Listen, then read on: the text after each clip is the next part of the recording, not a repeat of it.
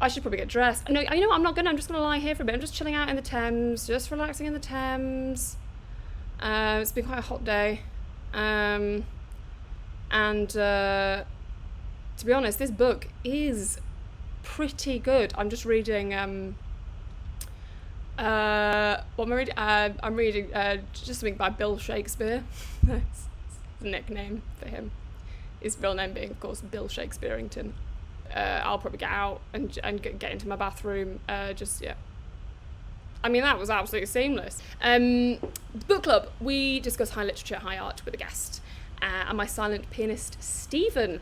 Before you say it, it's not because I haven't figured out the audio on Streamlabs for 4 weeks, because I would say that would be lazy. All members must be in turtlenecks when we get our guest out. We've had, I'd say, no guests in turtlenecks so far. I'd say that because that's correct. So now I've got this kind of like quite garish turtleneck. But to make up for it, I'm actually brought today the ultimate turtleneck. It is a turtle's neck. This is Dr. Alison Parker. She's my mentor. She's my muse. She doesn't like being held, so I'm just going to pop her on this seat here. Drinks through her anus. Wheeze in her own water bowl, but her genius allows that. Lots of great people. I think Edgar Allan Poe drank through his anus as well. Or he weed through his anus. It's hard to know. The great thing about Dr. Parker is she's got an excellent eye for book suggestions. I once shat on a pamphlet. Well, thank you. Let's bring out our guest. Let's move into the lounge. The lounge. Please, I want you all to waft your books very gently in applause for, let me just find it, for Kiell Smith-Bynoe. Where is he? Hello, sir. Hi. For this? I just thought I'd get myself a drink. Merlot, or is there... I finished the Merlot, unfortunately. Understood. It is, it's 8 o'clock, so... Yeah, and that's sort of more of a breakfast wine, as we both know. As we all know, yes. Breakfast wine with a side of books. Me and Dr. Professor... You're a doctor and a professor, which is in yeah. I think you're the only one in the world.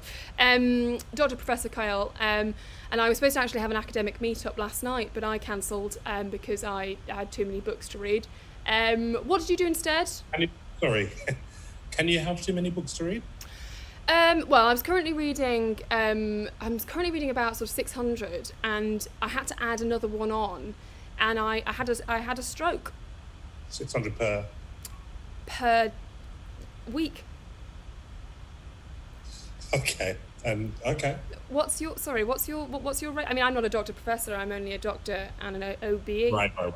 OB-GYN. No, sure. I'm a gynecologist as well. That's by the by. How many books do you read? What's your rate? Well, I've read all of them. If you name a synopsis, I can name the book. Okay. There's a ring and a lord. Thank you for following. There's a ring and a lord, but also maybe more than one ring, and they have to put it in a mountain. Name the book. Scarface. Jesus Christ, this guy is good. With Dr. Professor, you get access. I've heard you get access to a time machine, and you can go forward and read all the books that have yet to pass. You also get priority at any swimming pool or Lido. At the start of each book club, we like to do a pledge. Kiell, Dr. Professor Kiell, what pledge would you like to pledge this week? What are you going to do this week? I pledge to for once, let a book read me. Do you have somebody to help you with that pledge, or are you just going to go balls to the wall? And I always do, always have. Professor Dr. Balls to the Professor Dr. Wall. Yes. Okay. So much so that they had to start putting up signs in my building. Because no balls in the wall. Please. Because you're just putting your academic balls all over the walls of your... Each and every wall. Each and every wall. Sometimes it has a floor. What about inside other people's flats, or...? Every wall there is. Name a wall. That one. This one, that's not actually a wall. It's blind. When I heard about audiobooks, I thought it was a joke. I laughed. I was like, When I was reading up about, I read your Wikipedia, of course, Yes. when you had to be here. Yes, And it did actually say on there that you've never laughed before. you're right. That was my first laugh. I'm almost frightened to laugh again. I'm frightened I won't be able to do it. Mm-hmm. Let me try. Say something that you think... Give me some comedy dell'arte. Comedy. Okay, no, sure. Okay. So, a man. Oh, you know this one? You're familiar with? Sorry, I'm laughing already.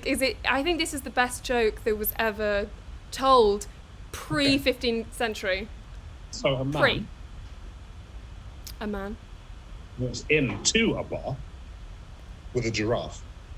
He orders a drink, drinks the drink, shoots the giraffe,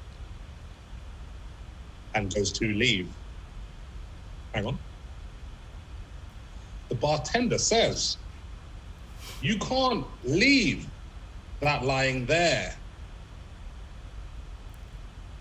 The man says, "It's not a lion, it's a giraffe."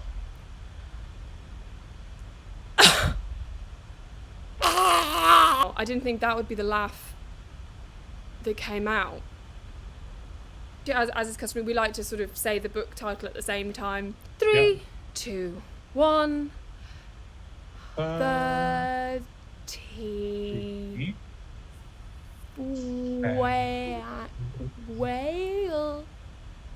Wales.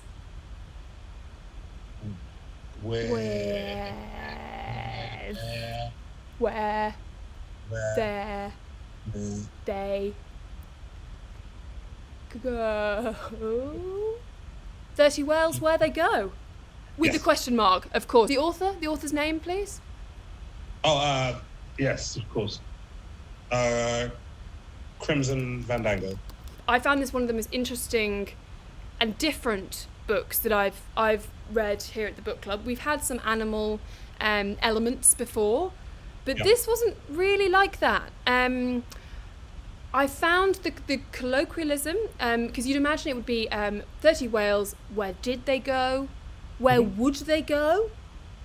Where have they go? Well, first of all, I was recommended this book by my good friend and neighbour, Carol Vorderman.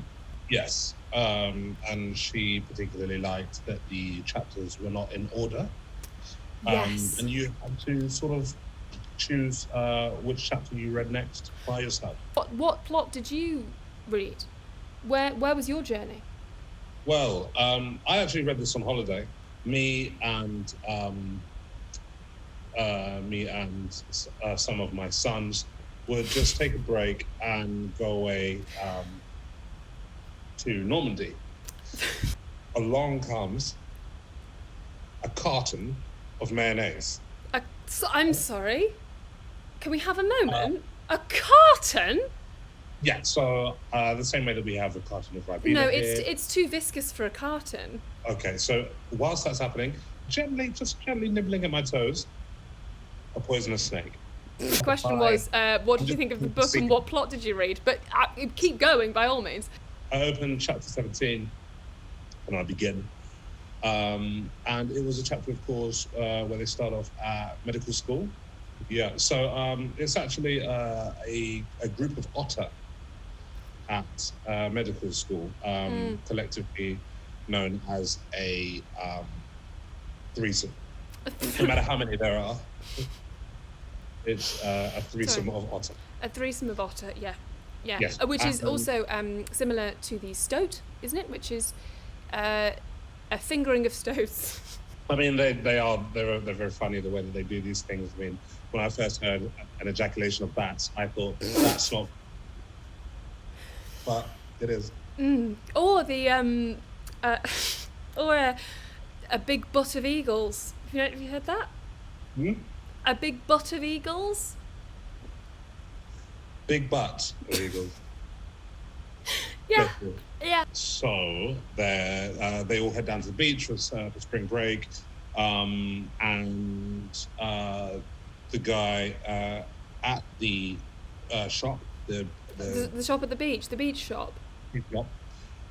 Beach shop Chuck offers them 2 kilos of very, very potent heroin.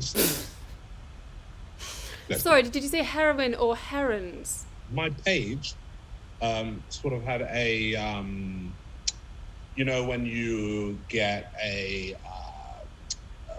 new hat, for example, and it has a label within it. It's got a label and it says to cut here, and there's a sort of line. Oh, sure, yes. So the final page of my book had one of those. Cut that open. Inside, £20. I picked the wrong plot. Would you put it in the literary canon? Because I'm going to hold my hands up and say I would not. The literary canon being where you fire a book into the British Library and they have to take it.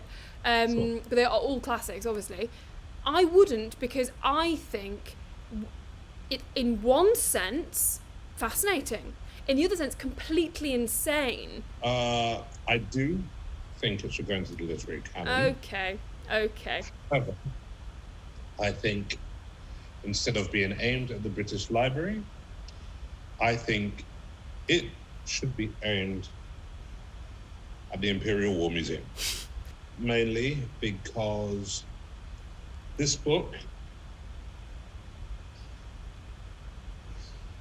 it has a weapon inside of it, and that weapon is confusion.